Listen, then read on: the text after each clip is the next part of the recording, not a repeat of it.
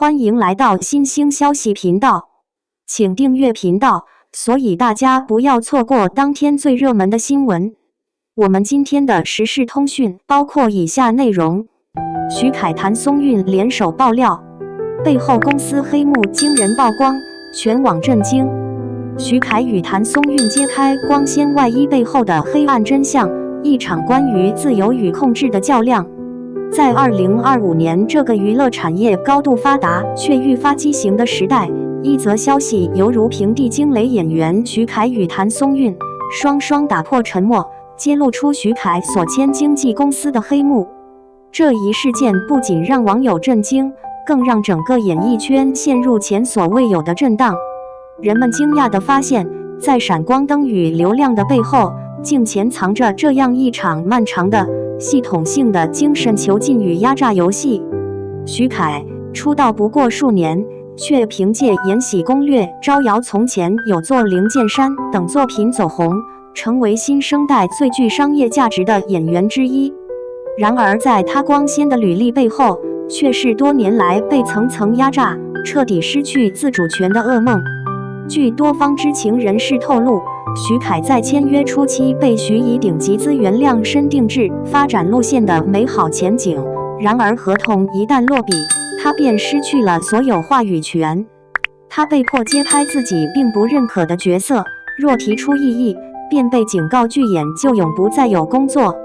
渐渐的，这个本应追梦的青年演员成了公司资本运转的工具。而最让人震惊的是，这种控制不仅局限在职业选择上，公司据称对他的生活也进行了全面掌控，从社交媒体发言到私人交往，乃至恋爱、休息时间，均在严密监视之下。一位曾与公司合作的工作人员形容，那种控制是令人窒息的，他几乎没有私人空间，哪怕吃饭、外出，也总有人跟着。双引号，当徐凯的事业一路上升时，他的真实收入却与外界印象天差地别。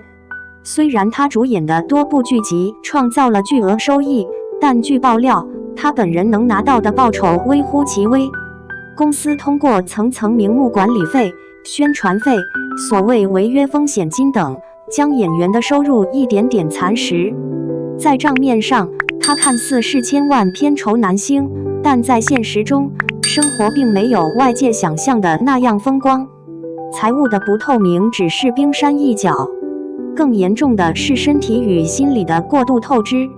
知情人透露，徐凯经常被要求超负荷拍摄，每天工作18到20小时，连睡眠和饮食都被牺牲。他曾多次在片场晕倒，公司却只是让他休息10几分钟再继续。这种压榨式管理让他一度濒临崩溃，公司对他的心理状态也采取了极端手段。当他表现出抑郁和焦虑的迹象时，并未获得任何帮助，反而被加派更多行程，以防思考太多。这种操控几乎摧毁了他作为一个独立个体的尊严。谭松韵以清新自然的表演风格、温暖开朗的形象深受观众喜爱。他与徐凯合作多次，两人因戏生缘，也因此成为彼此信任的朋友。在这场揭露风暴中，他的角色不可忽视。拍戏期间，谭松韵曾多次目睹徐凯的状态急剧下滑，暴瘦、失眠、情绪低落。他曾劝他寻求专业帮助，却被告知公司不允许传播负面形象。当他发现徐凯几乎失去了外界的联系，甚至无法自由支配时间时，内心的愤怒和担忧逐渐累积。正是这种看不下去的心情，促使他决定站在他这一边，哪怕冒着事业受阻的风险，也要帮他说出真相。他的支持不仅是友情，更是一次对行业潜规则的挑战。在一个沉默及安全的体系中，他的发声显得尤为珍贵。爆料称，真正让两人决定破局的是2起近乎致命的事件。其一是健康危机。在一次大型活动前夕，徐凯重感冒高烧，公司却坚持要求他出席，甚至让人给他注射强效药物掩盖病情。他如常登台，笑容满面，观众无从察觉。但活动结束后，他当晚病情恶化，最终被紧急送医。而公司据称极力隐瞒此事，以避免舆论影响代言与剧组进度。这件事成为徐凯的觉醒时刻，他意识到公司宁可牺牲艺人性命，也不愿停下赚钱的脚步。其二是被剥夺的机会。一部国际合作影视项目曾主动邀请徐凯参演，该项目原本可能让他正式进入海外市场，然而公司以形成冲突为由直接拒绝，甚至未告知本人。当他得知后，极度震惊与绝望。他明白，这不仅是一次错失的机会，更是公司故意阻断他逃离的一条路。至此，忍耐的边界被彻底突破。随着两人开始向外界披露真相，娱乐圈内部的恐慌迅速蔓延。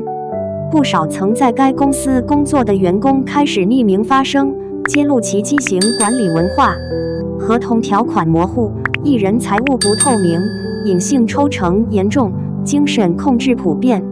这些揭露让人看清了一个长期被包装成成功典范的公司，实则建立在压榨艺人价值的制度之上。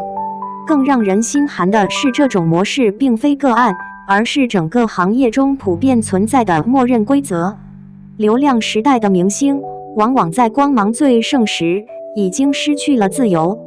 消息曝光后，网络瞬间炸开，粉丝愤怒，同行震惊，甚至不少业内人士公开呼吁调查此事。艺人不是机器，他们也是人。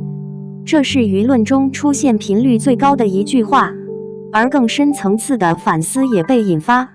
为什么在一个如此庞大的产业体系里，个体的权益如此脆弱？为什么年轻演员必须通过被压榨来换取曝光？这不仅是徐凯与谭松韵的悲剧，更是整个行业病态的缩影。结语：当勇气撕开沉默的幕布，当徐凯与谭松韵选择发声，他们其实已经做好了承受后果的准备。这是一场以自由为代价的反抗，一次用伤口换来的觉醒。无论这场风波最终走向何方，他们的勇气已经让无数沉默的艺人看到了可能。娱乐圈的光或许仍旧耀眼，但人们开始意识到，真正值得尊敬的不是被造就的偶像，而是那些敢于说出真相的人。结语寄语：或许未来，徐凯与谭松韵将被视作一次行业转折点的见证者。他们的故事提醒所有人，在被资本裹挟的时代，人性与良知依然是最稀缺，也是最珍贵的力量。